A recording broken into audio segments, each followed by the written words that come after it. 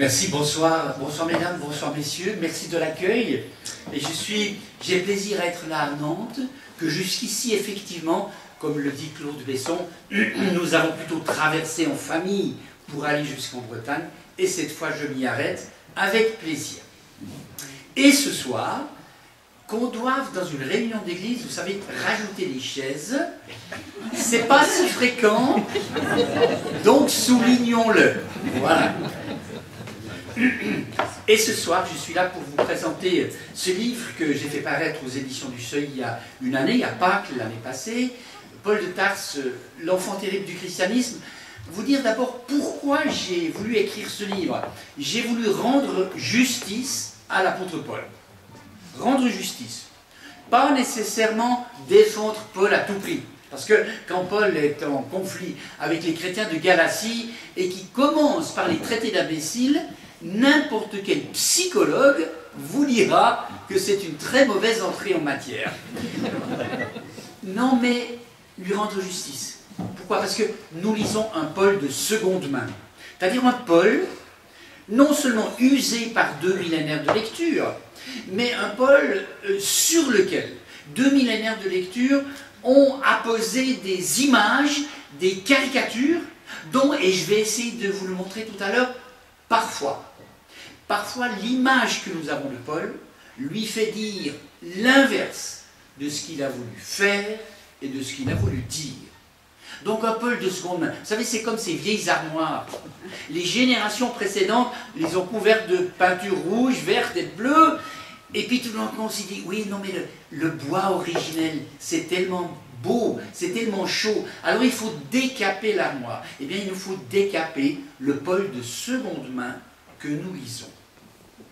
Les caricatures, je n'ai pas besoin d'en faire la liste, vous les connaissez. C'est le Paul en héros solitaire, le Paul colérique, le Paul anti-juif, le Paul anti-féministe, et j'en passe. Autant de caricatures qui sont des écrans qu'il nous faut traverser pour retrouver ce que j'appellerais le Paul de Paul. C'est-à-dire non seulement le Paul dans son texte, mais aussi Paul dans son histoire. Et c'est ce que j'ai tenté de faire dans ce livre, où au fond, je montre que pour bien le comprendre, il s'agit d'immerger ses écrits dans son histoire et comprendre ce qu'il a voulu faire, pour comprendre ensuite ce qu'il a voulu dire, parce que la pensée, elle se nourrit toujours de la vie, elle se nourrit toujours de l'histoire. Alors, ce Paul que nous voyons statufié ici, vous reconnaissez peut-être cette statue que l'on trouve dans la cour de la basilique Saint-Pierre à Rome. Paul, en statue hiératique, portant l'épée de la parole, l'épée qui tranche entre la vérité et l'erreur.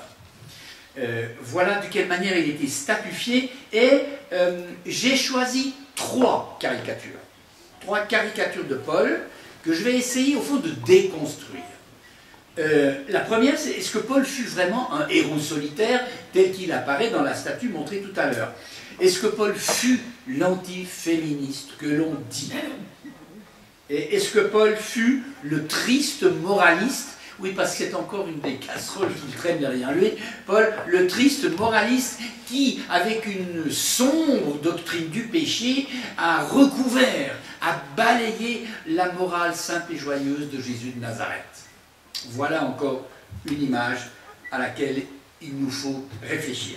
Alors, d'abord, Paul fut-il vraiment ce héros solitaire que l'on dit? J'ai énuméré 43 noms. 43 noms de personnes que Paul appelle ses collaborateurs. À quoi on peut ajouter 18 noms que dont on prend connaissance par les actes des apôtres, mais qui ne figurent pas dans les 7 lettres que l'on peut sans réserve attribuer à Paul. Alors, petit détour là, on peut attribuer sans réserve à Paul l'écriture dans l'ordre chronologique de la première lettre aux Thessaloniciens, des 2 lettres aux Corinthiens, de la lettre aux Galates, de la monumentale épître aux Romains, de la lettre aux Philippiens et du billet à Philémon. 7 lettres. Il existe d'autres lettres qui figurent sous le nom de Paul. La deuxième lettre aux Thessaloniciens, l'épître aux Éphésiens, l'épître aux Colossiens et les 3 épîtres pastorales, 1, 2 Timothée et Tite. Ces lettres qu'on appelle deutéropauliniennes n'ont pas été écrites par Paul, mais ont été écrites par des disciples de Paul. Elles ont été rédigées 20 à 30 ans après la mort de Paul, c'est-à-dire dans les années 80-90. Et ce sont les disciples de Paul qui les ont rédigées. On y reviendra tout à l'heure. Pour l'instant, je me limite à ces 7 lettres que sans réserve on peut lui attribuer. Eh bien, il cite 43 noms de personnes qui ont été ses collaborateurs. Pas des rencontres de passage, pas du tout. Des collaborateurs qu'il a formés, avec qui il a travaillé, avec qui il a conduit sa mission. Et parmi ces 43 personnes, 21 noms de femmes. La moitié. Eh oui. Des collaborateurs qu'il appelle les sunergoi en grec, les co-travailleurs à l'œuvre de Dieu. Paul ne fut pas du tout un héros solitaire. Sa mission n'aurait jamais eu le succès qu'elle a eu s'il avait été seul. Mais Paul forme ses collaborateurs et ses collaboratrices, et avec eux, avec elles, il va de ville en ville. Et lorsque, après quelques semaines ou quelques mois, il quitte une ville pour aller évangéliser la suivante, il laisse quelques collaborateurs dans cette toute jeune communauté, ce tout jeune groupe de convertis qui assure la catéchèse, qui administre le baptême, qui prêche et qui permettent à ces nouveaux convertis, encore une fois, de construire peu à peu leur identité chrétienne et leur comportement chrétien. Et on verra que ça n'est pas facile. Mais donc ce sont des personnes qui ont eu un rôle extrêmement important. Parce qu'effectivement, Paul, lui, est un aventurier. Et qu'avec son groupe, il passe d'une ville à l'autre. Des collaborateurs et des collaboratrices qu'il a formés. Je place sous vos yeux le premier écrit chrétien qui nous soit parvenu, qui est en même temps la première lettre qui nous soit parvenue de Paul et de ses collaborateurs, c'est la première lettre aux Thessaloniciens. Elle était écrite en l'an 51. Je vous invite à lire bien les 2 premières lignes. Paul, Sylvain et Timothée, à l'église des Thessaloniciens, qui est en Dieu le Père, et dont le Seigneur Jésus-Christ a vous grâce et paix. Vous avez bien lu? Non mais attendez, est-ce que vous avez lu Paul ou le Paul de seconde main? Parce qu'il y a 3 auteurs. Vous avez remarqué qu'il y a 3 auteurs? Pas un? On dit toujours l'épître de Paul. Ah, il y a 3 auteurs. Sur les 7 lettres dont je parlais tout à l'heure, 6 ont des co-auteurs. La 7e non, et c'est l'épître aux Romains. Et c'est normal. Pourquoi? Parce que l'épître aux Romains, Paul l'écrit vers la fin de sa carrière, lorsqu'il veut passer par l'église de Rome pour aller évangéliser l'Ouest, qui était à l'époque le Far West, c'était l'Espagne. Un projet qu'il ne réalisera pas parce qu'il sera arrêté à Jérusalem et ensuite incarcéré.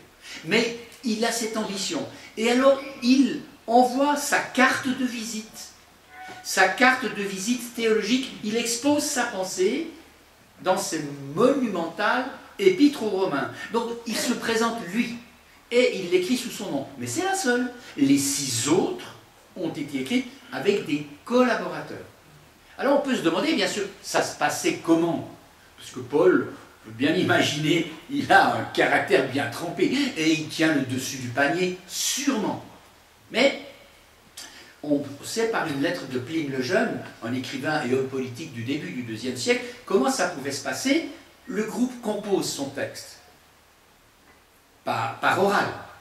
Et il compose un texte, et il s'entend sur ce texte, et il le construit peu à peu par le débat, jusqu'au moment où il peut le mémoriser On considérait que dans l'Antiquité, la capacité de rétention mémoriale atteignait l'équivalent de 4 à 5 chapitres actuels des lettres de Paul. Et lorsqu'on s'entendait sur le texte, on faisait venir le copiste, qui prenait en sténo sur une tablette de cire le texte, et qui ensuite le recopiait sur une feuille de papyrus avec de l'encre faite à partir de la suie. Et c'est pourquoi, quand on lit les épîtres de Paul, peut-être cela vous a surpris, parfois on a l'impression de rupture, de changement de ton, on passe à autre chose tout d'un coup. Ben oui, après une séquence de 4 ou 5 chapitres, eh ben, après quelques jours, ou quelques semaines, ou quelques mois, on passe à la séquence suivante, que l'on dicte à nouveau au copiste. Et alors cette lettre, ces lettres, vous voyez, Paul et Sylvain, Paul et Timothée, Paul et Sosthène, ou Paul et tous les frères. Cette lettre, elle était envoyée, pas par la poste, parce qu'il y avait bien une poste impériale, mais elle ne transportait que le courrier administratif, on la remettait. On la remettait à un chrétien, un marchand, un marin, un voyageur, que sais-je, pour qu'il la remette à l'église destinataire, à Thessalonique, à Philippe, à Corinthe. Mais on joignait quelqu'un qui allait commenter la lettre. Les lettres de Paul n'étaient jamais envoyées toutes nues, si j'ose dire. Aujourd'hui, vous savez, quand on lit un chapitre de la lettre aux Galates, c'est un peu du flocon d'avoine sans lait. Hein? C'est un peu costaud. Hein? Mais déjà, en l'an 55, quand la lettre aux Galates est écrite, c'est déjà très, très solide, très sérieux, très dense comme texte. Eh bien, il y avait quelqu'un qui accompagnait. Et qui, peut-être, faisait partie de ce groupe de co-auteurs. Ces groupes de co-auteurs qui constituaient un véritable think tank, un réservoir de pensée. Un groupe penseur. Et c'était l'interprète commentateur qui expliquait, qui disait voilà ce qu'on a voulu dire, puisqu'on n'a pas dit, mais non, il faut comprendre comme ci, plutôt que comme ça. L'Épître aux Romains, ce monument théologique de la littérature chrétienne des origines, savez-vous à qui il l'a confié? C'est important, hein, puisque Paul présente sa carte de visite à l'église de Rome, dans le but d'obtenir l'appui de l'église de Rome dans sa mission espagnole, l'appui en collaborateur, l'appui financier, l'appui spirituel. Eh bien, il a confié l'Épître aux Romains à une femme, la diaconesse Phoebé. Après cette conférence, et si vous avez du temps mignon, lisez le chapitre 16 de l'Épître aux Romains. C'est un chapitre que personne ne lit. Je ne sais pas si un jour un pasteur ou un prêtre qui sont ici à prêcher ce chapitre 16 de l'Épître aux Romains. C'est une longue liste de salutations. Il n'y a que des noms.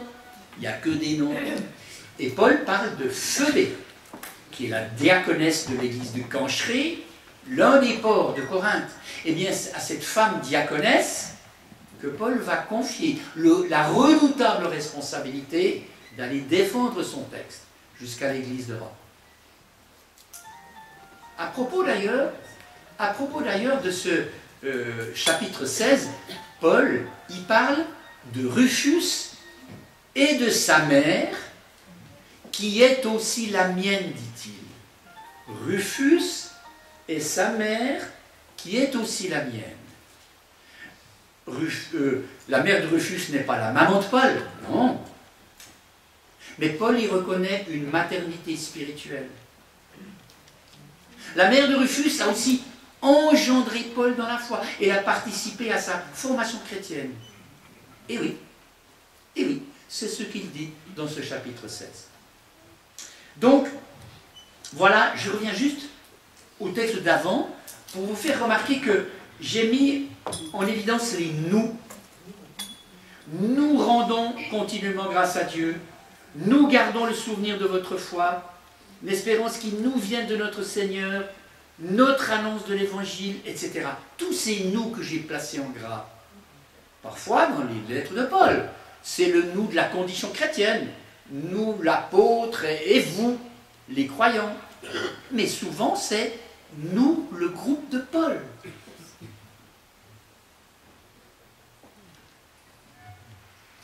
Et voilà cette partie orientale de l'Empire romain où s'est déployée l'entreprise missionnaire de Paul et de ses collaborateurs et collaboratrices, avec en couleur les 3 voyages missionnaires que nous relatent les Actes des Apôtres.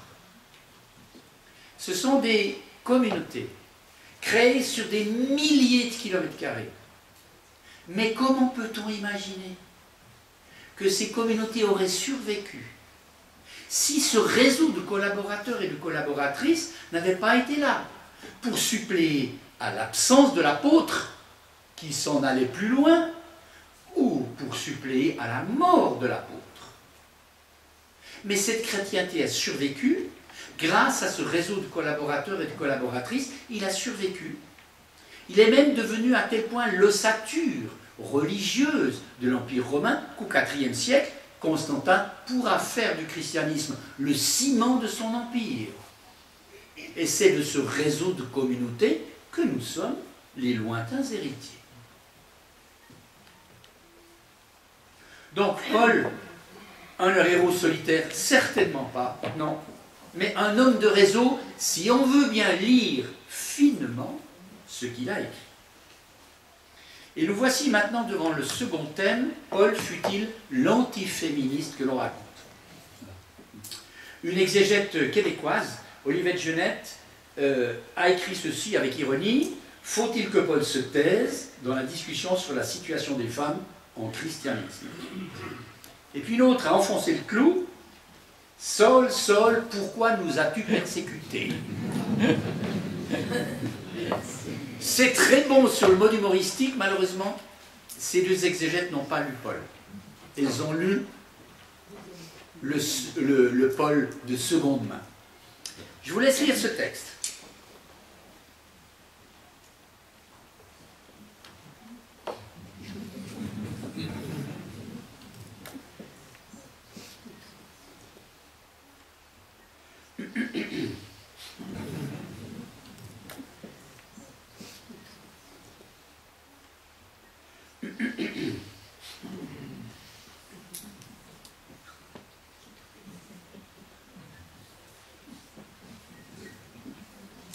Bon voilà. C'est un texte qui reprend un poncif de certains rabbins au 1er siècle, qui opérait une lecture patriarcale, je pense plus exactement misogyne, des récits de la création, le récit de Genèse 2, où Adam est formé le premier et Ève ensuite, puis une lecture misogyne de Genèse 3, où Ève est séduite. Donc ce n'est pas Adam qui fut séduit, mais c'est la femme qui, séduite, tomba dans la transgression, qui est donc une lecture à contre-texte de Genèse 3 qui ne raconte pas cela, mais peu importe. Cependant, elle, la femme, sera sauvée par sa maternité, à condition de persévérer dans la foi, l'amour et la sainteté avec modestie. Voilà. Nous les hommes, ça nous laisse un peu en carafe, hein? Bon. Paul n'aurait jamais pu écrire ça. Jamais. Jamais. Mais pourquoi? Parce qu'avec Paul, on est sauvé par la foi, pas par la maternité. Je suis désolé. Le centre de la théologie de Paul, c'est une théologie de la croix qui se concrétise par ce qu'on appelle, en langage technique, la justification par la foi. C'est l'acceptation inconditionnelle de Dieu sur la base de la foi. C'est comme ça qu'on est sauvé, mais pas par la maternité. Ce texte n'est pas de Paul. Il provient de la première épître à Timothée au chapitre 2. Ce sont les disciples de Paul, 20-30 ans après, qui ont rédigé ces épîtres pastorales dont j'ai tiré ce texte. Alors, évidemment, aujourd'hui, on dit non, mais attendez, le texte donne comme le texte de Paul, Paul apôtre de Jésus-Christ. Aujourd'hui, on considérait que c'est un faux en écriture d'écrire sous le nom d'un autre. Pas dans l'Antiquité, non. Parce que dans l'Antiquité, que les disciples d'un maître écrivent sous le nom du maître, c'est courant. Vous savez peut-être, ou pas, que pratiquement aucun livre prophétique de l'Ancien Testament, à part quelques fragments du livre de Jérémie, n'ont été écrits par les prophètes eux-mêmes. Tous par des disciples. Amos, c'est un berger. C'est pas un lettré, Amos. Donc je veux dire que Que les disciples fixent littérairement la pensée du maître, c'est tout à fait courant. Et notamment s'il est mort, il s'agit d'actualiser sa pensée, de la compléter, d'ajouter ce qu'il n'a pas dit, de dire ce qu'il aurait dit, pense-t-on, dans les conditions changées. C'est ce que les disciples de Paul ont fait dans les épîtres à Timothée et à Tite. Paul n'aurait jamais pu écrire cela. Alors, qu'est-ce qu'il a fait, Paul? Le cœur de la mission paulinienne, vous le voyez signifié ici, dans ce qui est devenu un slogan de Galates 3,28 et qui se retrouve aussi en 1 Corinthiens 12. Il n'y a plus ni juif ni grec, il n'y a plus ni esclave ni homme libre, il n'y a plus l'homme et la femme, car tous vous n'êtes qu'un en Jésus-Christ. J'ai participé à un colloque d'historiens universitaires, pas des théologiens, hein, des historiens. Et la question c'était, quelle était la place de la femme dans la religion au 1er siècle? Le constat, il est cinglant. Dans l'Antiquité, les religions sont toutes genrées. Elles sont genrées. Ou bien ce sont des religions d'hommes, auxquelles la femme est admise, mais de rang secondaire, judaïsme par exemple, ou bien c'est une religion de femmes, par exemple le culte d'Isis avec ses prophétesses ébouriffées, auxquelles les hommes sont admis. Paul est le seul. Paul est le seul missionnaire, au 1er siècle, à déployer avec ceux qui l'entourent une mission créatrice de communautés dans lesquelles juifs et grecs, esclaves et hommes libres, hommes et femmes jouissent du même droit, des mêmes valeurs et de la même dignité. C'est le seul. Il y a juste peut-être une petite exception d'un mouvement religieux que l'on connaît mal, qui s'appelle les religions à mystère, où un rite d'initiation ressemble au baptême chrétien et un rite de communion ressemble à l'Eucharistie. Mais avec cette possible exception, Paul est le seul, en tout cas à cette échelle et avec cette envergure, à construire des communautés qui sont des communautés dans lesquelles chacun, chacune est accepté inconditionnellement par Dieu et que l'adhésion au Christ scellée par le baptême fait de tous les membres des frères et sœurs. Je signale juste que c'est toujours le cas aujourd'hui. J'ai peur que la métaphore frères et sœurs soit un peu une métaphore creuse hein, dans nos communautés. Bon, mais enfin voilà. Donc, effectivement, l'ambition de Paul, c'est cela.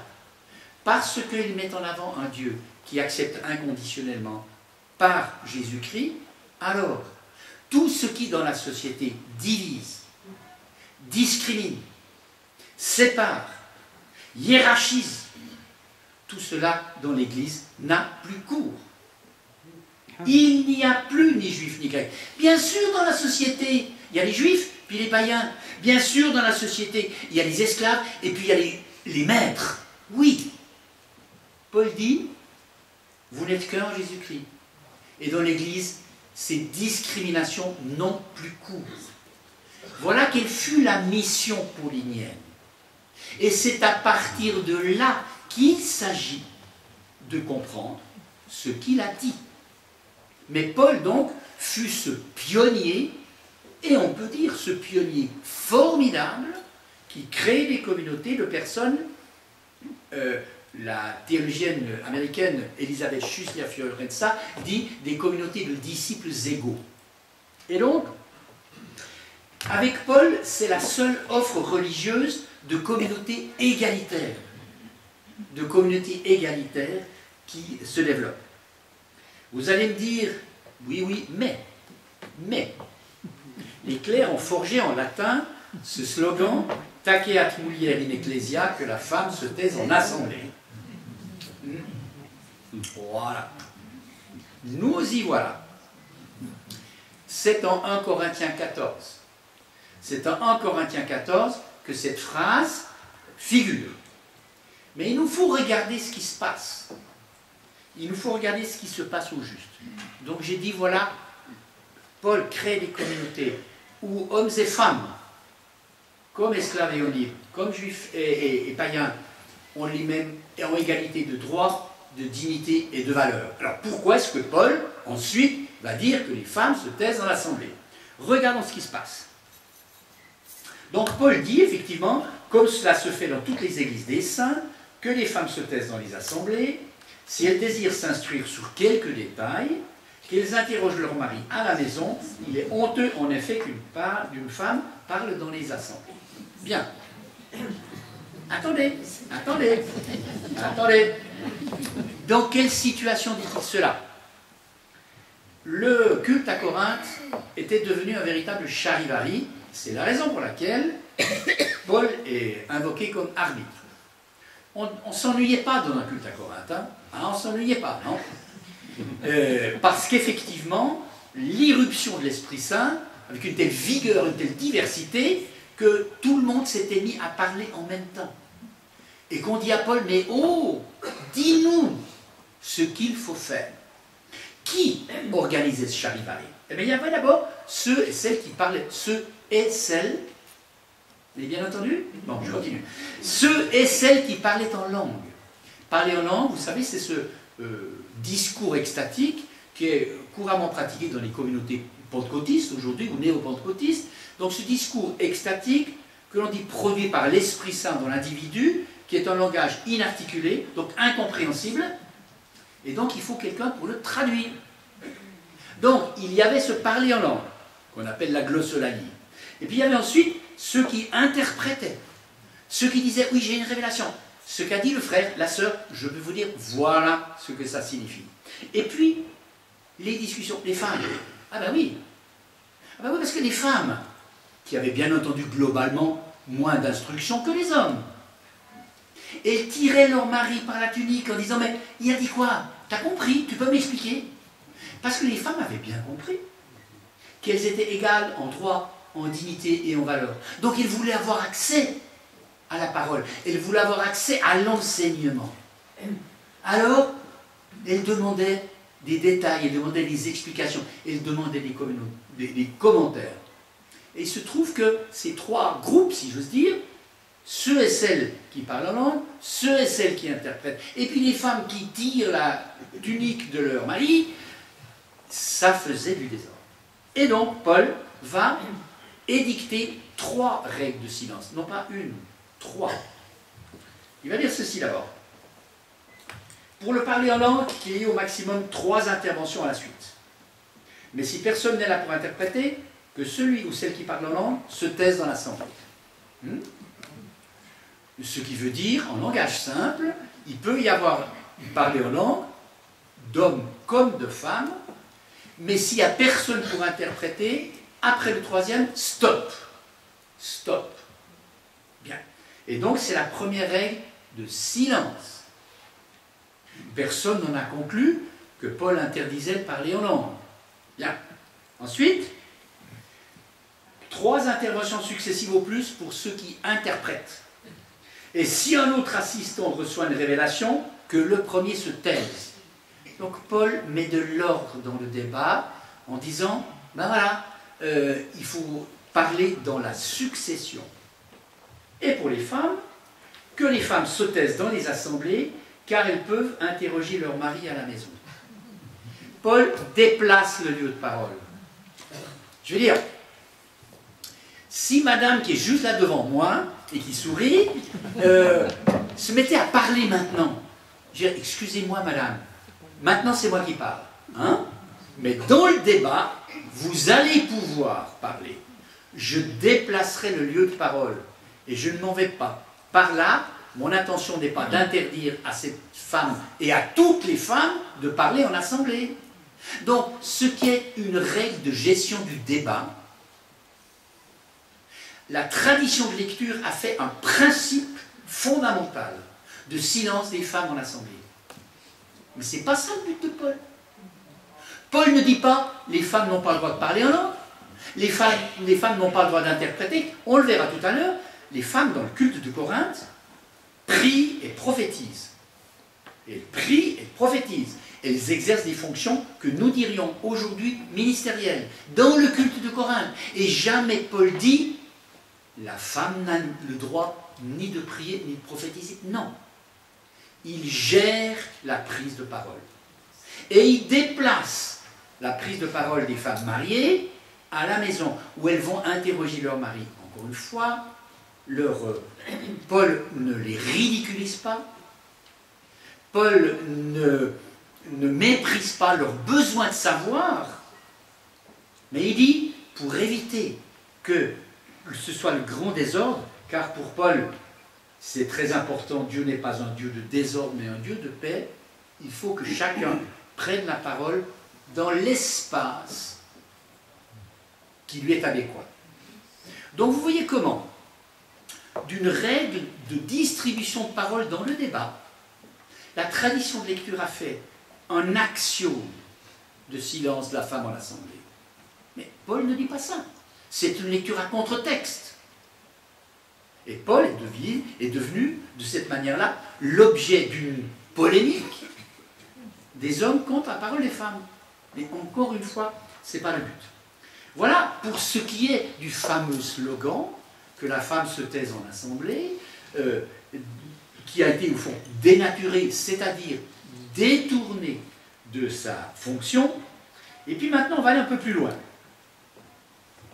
Car effectivement, et nous sommes là toujours dans la première lettre aux Corinthiens, mais nous sommes au chapitre 11, 3 chapitres avant. Dans le culte de Corinthe, je l'ai dit, les femmes prient et prophétisent. Mais attention, la prophétie au 1er siècle joue un rôle fondamental.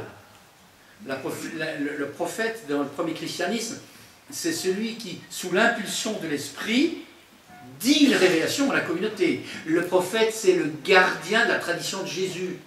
Un rôle fondamental pour l'identité chrétienne. Eh bien, les femmes prient et prophétisent. Et Paul dit, je vous félicite de vous souvenir de moi en toute occasion et de conserver les traditions telles que je vous les ai transmises. Ben oui. Et les traditions telles qu'il les a transmises, c'est effectivement cette prise de parole diversifiée des hommes et des femmes. Mais il se trouve que les femmes avaient bien entendu Paul. Très, très, très, très bien entendu Paul.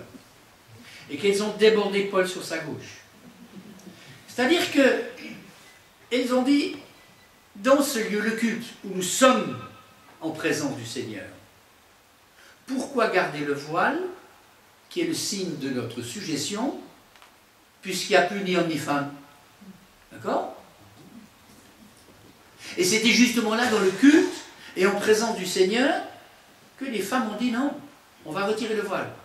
Car, vous savez peut-être que, dans l'Antiquité, la femme mariée est toujours voilée, au public. Toujours. Les Grecs, les Romaines, les Juifs, toutes les femmes mariées sont voilées dans l'Antiquité. Le culte est une manifestation publique. Donc les femmes corinthiennes, chrétiennes, étaient voilées. Et donc certaines ont décidé de retirer le voile.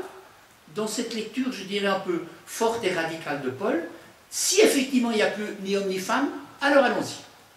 Bien. Et Paul va se trouver effectivement en difficulté là. Il va se trouver en difficulté. Alors, on va suivre. Bouclez vos ceintures parce que ça va devenir un petit peu complexe. Je vais essayer de le dire de la manière la plus claire possible. Je veux que vous sachiez que la tête de tout homme, c'est le Christ. La tête de la femme, c'est l'homme. La tête du Christ, c'est Dieu. Je dis bien la tête, hein. Souvent, les traductions bibliques disent le chef. Non, non, non, non, non, non. Képhalès, c'est la tête. La tête, ça veut dire, la tête, c'est ce qui dirige le corps, mais c'est en même temps qui le nourrit. Grâce à quoi le corps vit. Et donc, Paul pose cette hiérarchie. Dieu, Christ, homme, femme. C'est la hiérarchie créationnelle. C'est la hiérarchie créationnelle qui va se trouver confortée, effectivement, dans la hiérarchie sociale. Mais c'est la hiérarchie de la création. Tout homme qui prie ou prophétise la tête couverte, déshonore sa tête, mais toute femme qui prie ou prophétise la tête non couverte, déshonore sa tête. Dans le judaïsme ancien, l'homme prie tête nue et la femme tête couverte. Vous savez sans doute que dans le judaïsme d'aujourd'hui, c'est l'inverse. Hein? L'homme porte la kippa. et la femme à tête nue. Mais non, dans le judaïsme ancien, c'est ainsi. Et donc, dans l'ordre créationnel, le voile signale cette relation de dépendance de la femme vis-à-vis de l'homme. Et il continue, l'homme, lui, ne doit pas se couvrir la tête, il est l'image et la gloire de Dieu, mais la femme est la gloire de l'homme. Ce n'est pas l'homme qui vient de la femme, mais la femme de l'homme, et l'homme n'a pas été créé pour la femme, mais la femme pour l'homme. Bien. Mais on continue. Les versets 11 et 12, qui ont été des versets complètement occultés dans la lecture. Pourtant, dans le Seigneur, il n'y a pas de femme sans l'homme, ni d'homme sans la femme. Car comme la femme vient de l'homme, ainsi l'homme vient par la femme, c'est-à-dire naît par la femme, et tout vient de Dieu. Vous avez bien entendu? Dans le Seigneur, dit Paul, ça se passe différemment. Et c'est ça qui a été oublié dans la lecture et la réputation du Paul misogyne. Dans le Seigneur, en Église, comme chrétien, ça se passe différemment. Et qu'est-ce qui est différent? C'est que la relation de dépendance, elle est réciproque. Pas de femme sans l'homme, ok, mais pas d'homme sans la femme.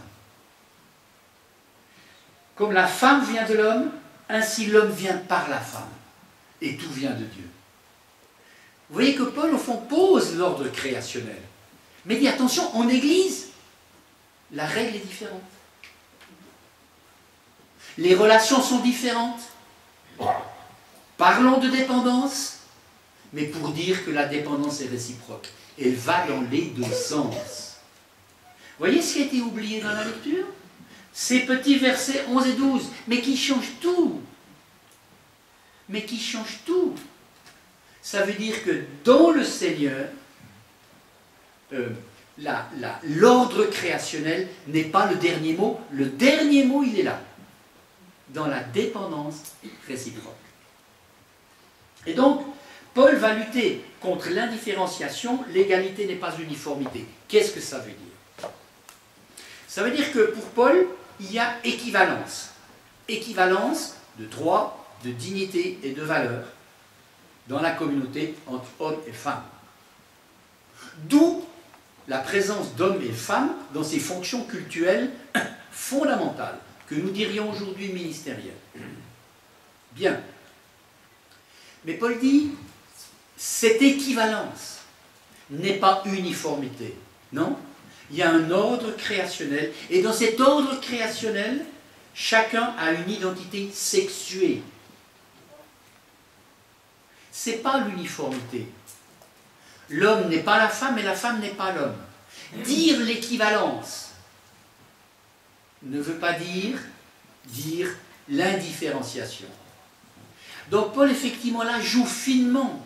Il s'exposait à être mal compris. Et justement, il a été mal compris. Parce qu'il dit à la fois, il y a fondamentalement, dans le Seigneur et en l'Église, une équivalence de droit, de dignité et de valeur. Mais cela ne veut pas dire que hommes et femmes soient interchangeables.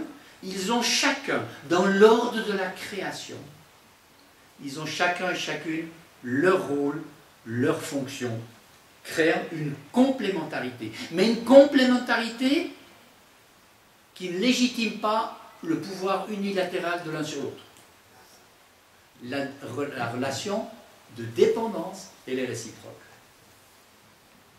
Donc dans cette équivalence, l'homme, il est homme et il a le droit de l'être. La femme est femme et a le droit de l'être. Vous voyez? On y reviendra peut-être dans le débat, mais j'entends Paul ici joue finement, c'est la raison pour laquelle, effectivement, il va dire aux femmes corinthiennes, continuez à prier et à prophétiser, mais gardez votre voile, puisque vous êtes femme. Mais dire que vous êtes femme ne vous place pas dans un statut inférieur par rapport à l'homme, ou alors il faudrait tout de suite dire après, l'homme est dans un statut inférieur par rapport à la femme. Vous voyez, puisque la relation de dépendance, elle est réciproque. Mais voilà ce qui n'a pas été lu, et dans la réputation misogyne de Paul, c'est un Paul de seconde main que nous lisons. Voilà.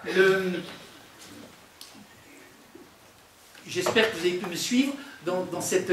J'ai voulu vraiment...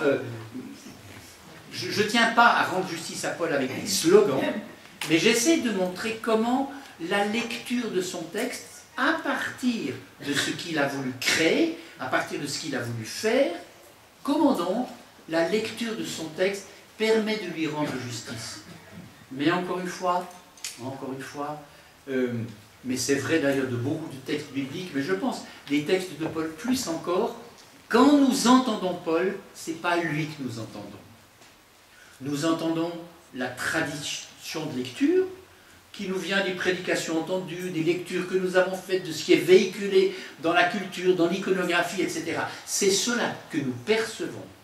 Et c'est la raison pour laquelle j'essaye, dans ce livre, L'enfant terrible du christianisme, j'essaye de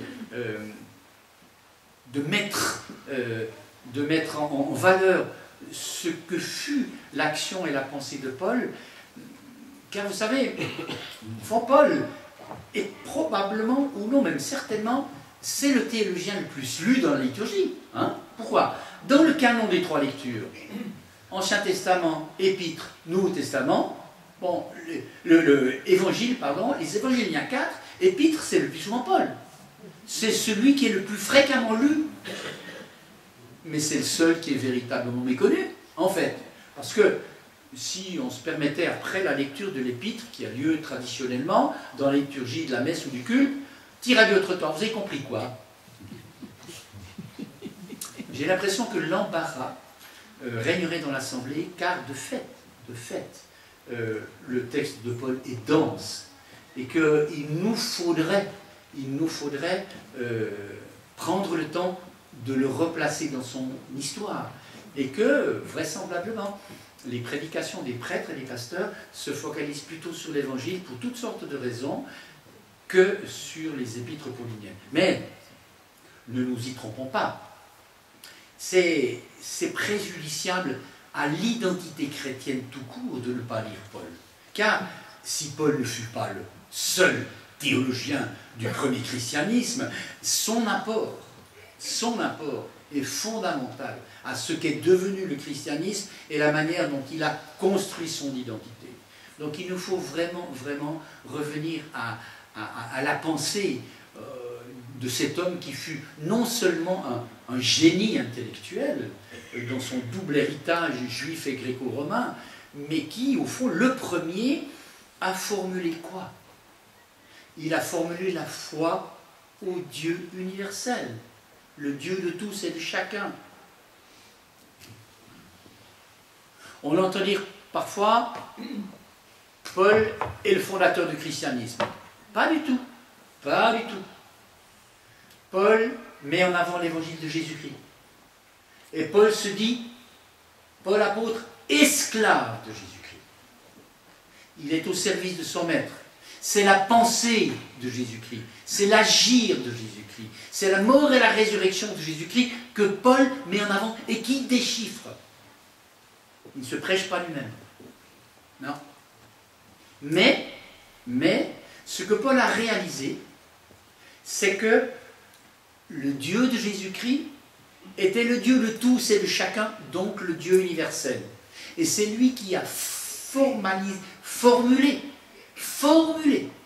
une identité chrétienne ouverte aux juifs et aux non-juifs. Et en cela, effectivement, il ne fut pas le fondateur du christianisme, mais il fut au fond le formulateur de l'universalité du christianisme.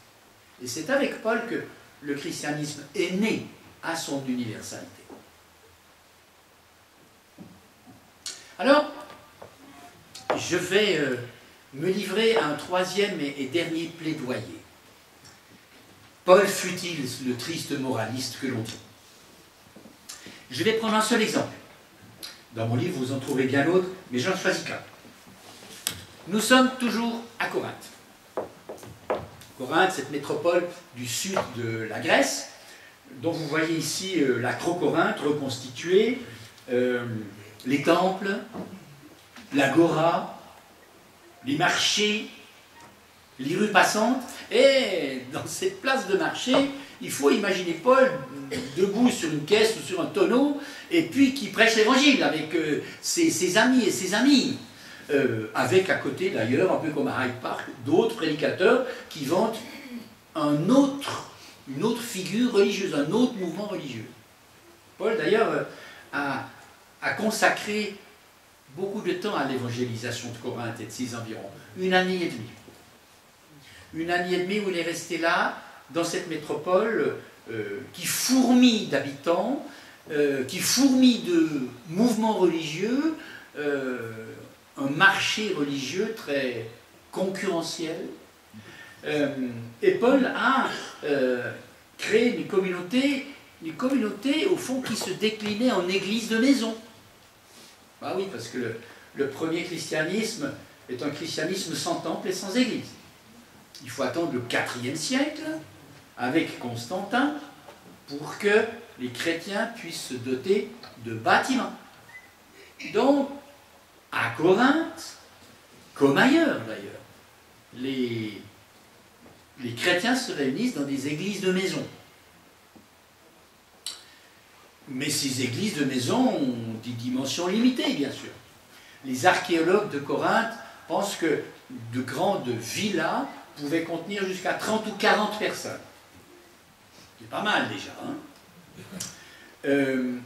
et donc, c'était ces propriétaires de maisons qui faisaient partie plutôt du niveau plus aisé, hein, parmi les paroissiens de Corinthe, qui accueillaient leurs co-religionnaires, leurs frères et sœurs, pour un repas communautaire suivi de la Sainte Seine, l'Eucharistie. Et puis c'est là que les choses avaient un peu tourné au bazar. Paul dit, je n'ai pas à vous féliciter. Vos réunions, loin de vous faire progresser, vous font du mal. Tout d'abord, lorsque vous vous réunissez en assemblée, il y a parmi vous les divisions, me dit-on. Et je crois que c'est en partie vrai, il faut même qu'il y ait des scissions parmi vous, afin qu'on voit ceux d'entre vous qui résistent à cette épreuve. Quand vous vous réunissez en commun, ce n'est pas le repas du Seigneur que vous prenez, car au moment de manger, chacun se hâte de prendre son propre repas, en sorte que l'un a faim, tandis que l'autre est ivre. Alors ça, c'est... Paul n'y va pas par le dos de la cuillère. Mais qu'est-ce qu'il veut dire? Ben, regardez l'image.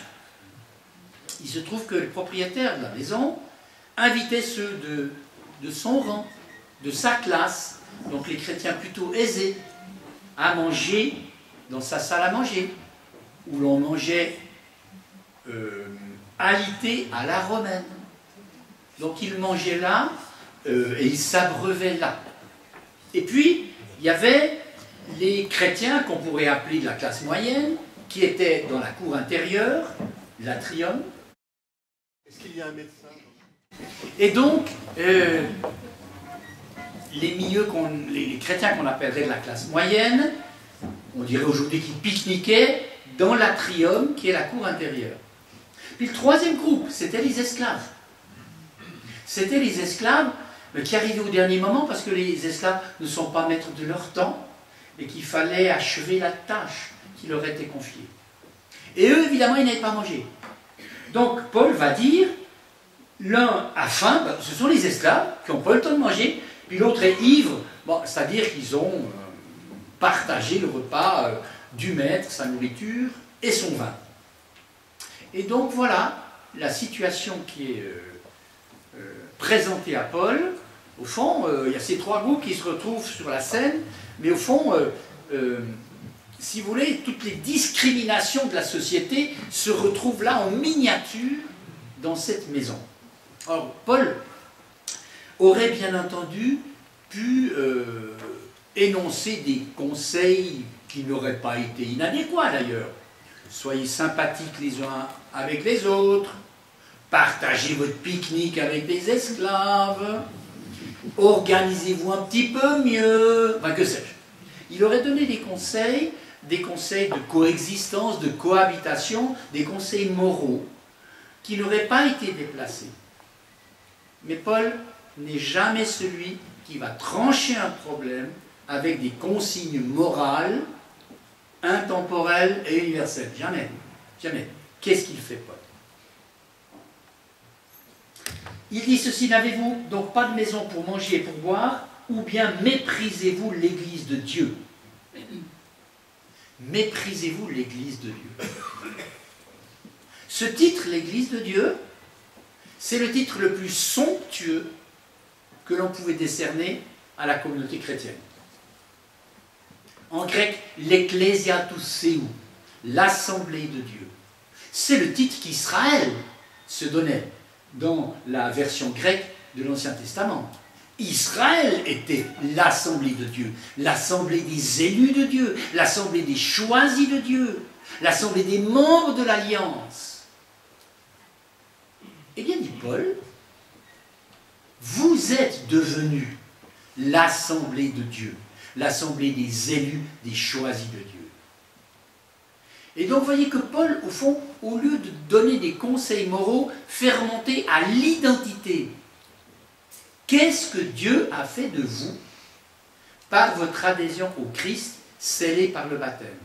Qu'est-ce qu'il a fait de vous? Eh bien, il a fait de vous l'Assemblée de Dieu. Et la conséquence, il est effectivement facile à tirer. Dans cette Assemblée de Dieu, où tel que Paul a voulu le construire, il n'y a plus ni juif, ni grec, ni esclave, ni homme libre, ni homme, ni femme, où chacun est égaux en trois, en dignité et en valeur, en mangeant dans ces trois groupes différenciés, ou ne mangeant pas, vous réimportez dans l'Assemblée de Dieu toutes les discriminations, les divisions, les hiérarchies qui dominent la société, mais qui, dans le Seigneur, n'ont plus valeur. Vous réimportez dans l'Assemblée des baptisés tout ce qui, dans la vie sociale, les divise et les sépare. Vous attentez à ce que Dieu a fait de vous. Donc ce que Paul dit, c'est soyez à la hauteur de ce que Dieu vous a fait devenir. Soyez à la hauteur de ce que le baptême a fait de vous, des frères et des sœurs. Il remonte donc à l'identité. Et c'est toujours à partir de l'identité qu'il va dire à partir de là. Réfléchissez. À partir de là, réfléchissez et agissez de cette façon-là, mais d'une façon conforme à ce que Dieu a fait de vous. Et il va ensuite rappeler ce qui se lit dans chaque liturgie de scène ou chaque liturgie eucharistique, la tradition du dernier repas. Qu'on lit dans l'évangile de Matthieu, Marc et Luc, et puis la quatrième version, c'est celle-ci, en 1 Corinthiens 11, qui est d'ailleurs vraisemblablement la plus ancienne version. Et il dit ensuite, Paul, « Celui qui mangera le pain ou boira la coupe du Seigneur indignement se rendra coupable envers le corps et le sang du Seigneur, que chacun s'éprouve soi-même avant de manger ce pain et de boire cette coupe, car celui qui mange et boit sans discerner le corps, mange et boit sa propre condamnation. » Qu'est-ce que ça veut dire? Celui qui mange et boit sans discerner le corps, mange et boit sa propre condamnation. On a souvent lu ce texte dans une perspective sacramentelle. Celui qui ne discerne pas dans le pain ou dans l'hostie et le vin, le corps et le sang du Seigneur, mange et boit sa propre condamnation. C'est une lecture possible. Mais ce n'est pas la lecture préférable, car en fait, Paul ne fait pas une démonstration sacramentelle. Ce n'est pas l'Eucharistie qui est en jeu ici, c'est être l'assemblée du Seigneur. Hein?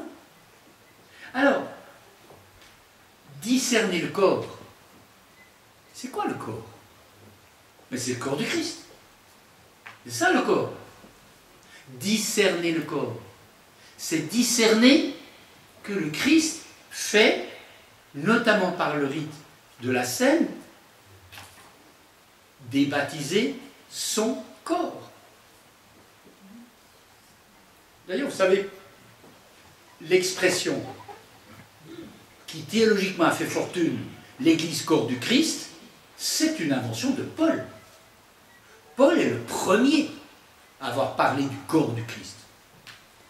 Et il a voulu dire qu'au fond, l'Église, la communauté des baptisés, c'est un corps, dans sa diversité. Comme le corps est riche et fonctionne dans la diversité de ses organes. Et en Corinthiens 12, juste après ce texte, vous avez cette fable un peu grotesque, la tête qui dit aux pieds j'ai pas besoin de vous, ou de la main qui dit à la jambe j'ai pas besoin de vous. C'est grotesque, parce que le corps ne vit que de sa diversité, de son équivalence dans la diversité. Paul a de la logique, hein? C'est ce qu'il avait dit, notamment dans les relations hommes-femmes. Et donc, discerner le corps, c'est discerner que, en partageant l'Eucharistie, vous signifiez le corps du Christ, l'assemblée de Dieu, où il n'y a plus ni juif, ni grec, ni esclave, ni homme, ni femme. C'est ça que ça veut dire, discerner le corps. Quand vous participez à la scène, quand vous prenez l'Eucharistie, le corps, il n'est pas de votre main, hein? Voilà qui se trouve. Le corps, il est signifié par les visages de ceux qui, avec vous, participent au rite de la communion. Il est là, le corps. Pour Paul, en tout cas, discerner le corps, c'est discerner ce que Dieu, par notre adhésion au Christ, a fait de nous tous. C'est la raison pour laquelle Paul, devant, et je vais terminer par là, Paul, au fond, invoqué comme arbitre dans une situation un peu de crise dans la communauté et de division dans la communauté, encore une fois, il ne va pas donner des conseils pratiques, mais il va dire réfléchissez à ce que vous êtes devenus. Et à partir de cette éminente dignité, décidez par le discernement de quelle manière vous allez agir. Et c'est vrai que je pense que dans les questions qui agitent l'Église, et Dieu sait s'il y a beaucoup de questions, et notamment morales, qui aujourd'hui agitent ou divisent ou séparent les communautés chrétiennes, si nous faisions comme Paul, à remonter d'abord à ce que nous sommes devenus, pour ensuite décider, et parfois dans la diversité, de quelle manière nous allons les uns et les autres exprimer notre appartenance au corps. Voilà. Et donc, voilà les 3 points que j'ai voulu aborder avec vous ce soir.